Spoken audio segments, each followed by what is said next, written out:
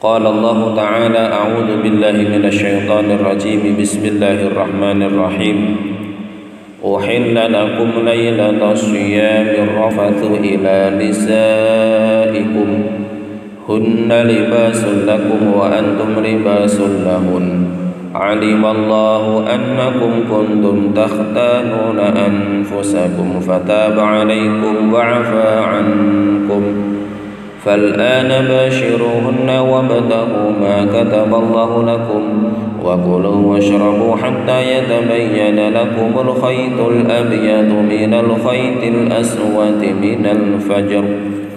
Al-ayah. Niki surat Al-Baqarah ayat 187. Uhilla wasdin paringaken halal lakum maring sira kabeh lailatas siyami ing dalem bengine poso Ramadan. Apa arrafatu kumpul ila nisaikum maring pira-pira wadon ira kabeh.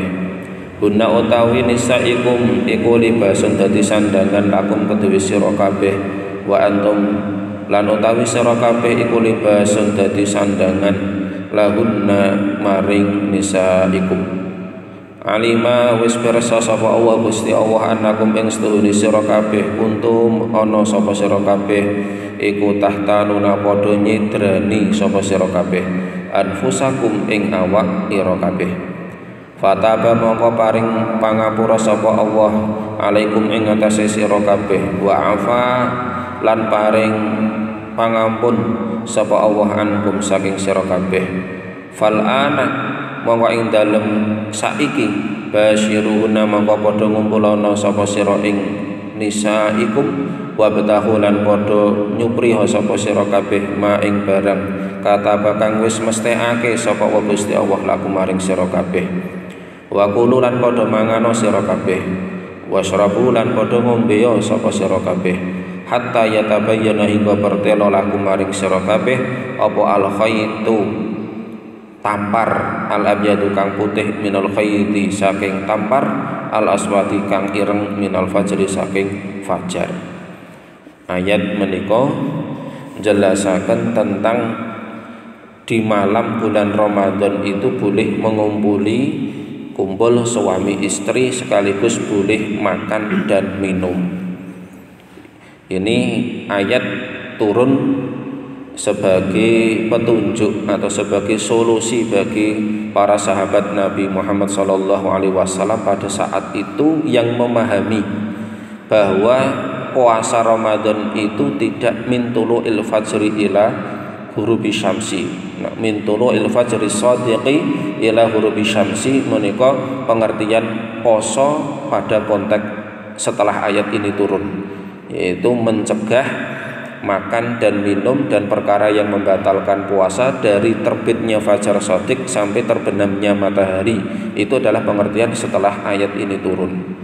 Sebelum ayat ini turun, para sahabat-sahabat Nabi itu mempunyai pemahaman bahwasanya puasa itu ya sebagaimana puasanya umat terdahulu.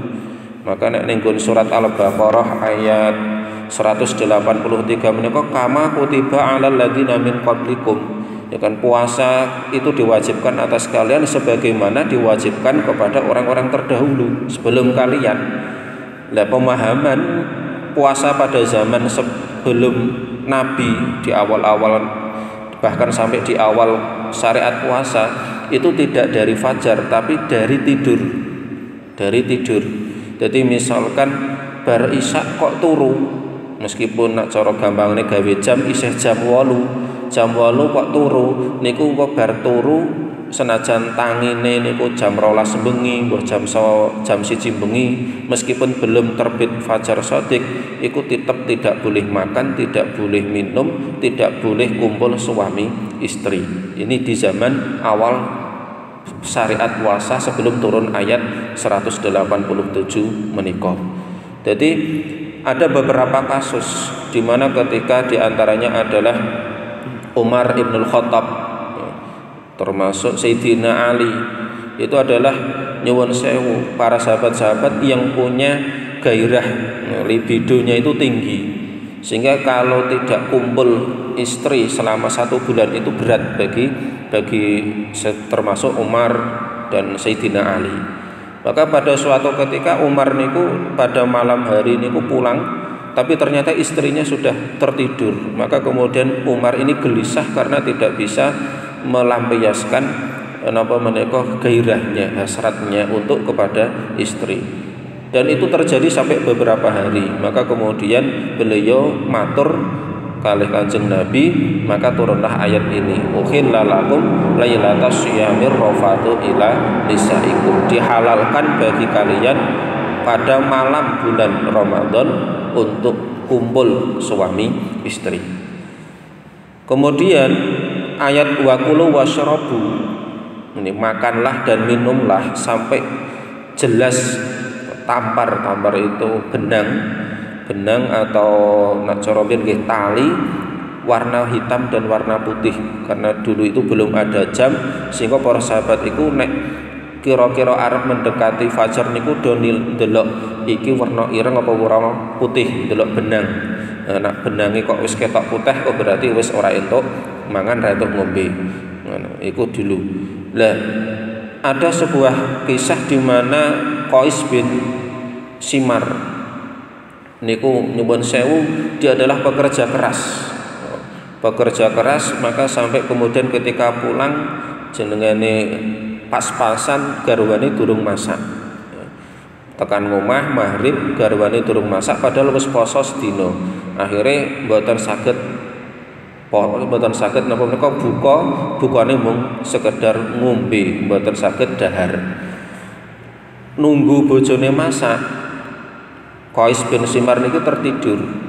Ndang wis tangi turu ya ora entuk mangan, sampai besok lagi. Bekerja keras lagi, pulang sampai sore, bojone durung masak. Gur ngombe tok, terus keturan meneh, tekan esok ora mangan meneh. Sehingga pada hari ketiga Qais bin Simar ini pingsan di siang hari. Maka kemudian berita itu menjadi cara sakniki viral. Jadi omongane para sahabat-sahabat besar, maka sampailah pada Rasulullah. Kemudian Rasulullah mendapatkan wahyu, wa kulu washrabu hatta yatabayyana lakumul khaydul abyadu minal khaydil aswati minal fajr. Ini asbabun nuzul saking ayat menika. Maka setelah ayat ini turun, maka kemudian sejak terbenamnya matahari itu boleh makan, boleh minum, boleh kumpul suami istri. Dan kemudian setelah ayat ini turun pula para ulama ya dengan berdasar ayat ini menjelaskan bahwasanya pengertian puasa itu tidak diawali dari tidurnya seseorang, tapi diawali dari min tulu'il fajri as-shadiq, sejak terbitnya fajar shadiq sampai terbenamnya matahari, disitulah di mana waktu puasa. Tapi kalau di awal-awal syariat puasa memang tidak dari fajar, tapi dari orang itu tidur. Jadi tidak menggunakan patokan jam, tapi patokannya tidur. Nek turune bar maghrib, engko bar isya wis tangi ya tetep wis ora entuk mangan, ora entuk ngombe tekan sesuk maghrib meneh. Jadi bisa jadi puasanya 24 jam. Nek misalnya turune jam 12 bengi misalkan, ya berarti dari jam 12 sampai besok maghrib. Maka patokane turu, mboten patokan fajar itu di awal Islam sebagaimana syariat-syariat terdahulu. Maka kemudian setelah turun ayat ini, maka kemudian diberikan keringanan kan oleh Allah Subhanahu wa taala karena kejadian-kejadian sebagaimana Qais bin Simar, Umar bin Khattab, kemudian Sayyidina Ali karamullahu wajhah, yang mana mereka merasa berat apabila di malam bulan Ramadan itu tidak diperbolehkan makan dan minum, terlebih tidak bisa berkumpul dengan istri mereka. Maka inilah bentuk kemudahan Allah yang diberikan kepada umat Nabi Muhammad. Jadi kalau kita melihat syariat Islam dari syariat Nabi itu sangat ringan sekali dibandingkan dengan syariat para nabi-nabi terdahulu.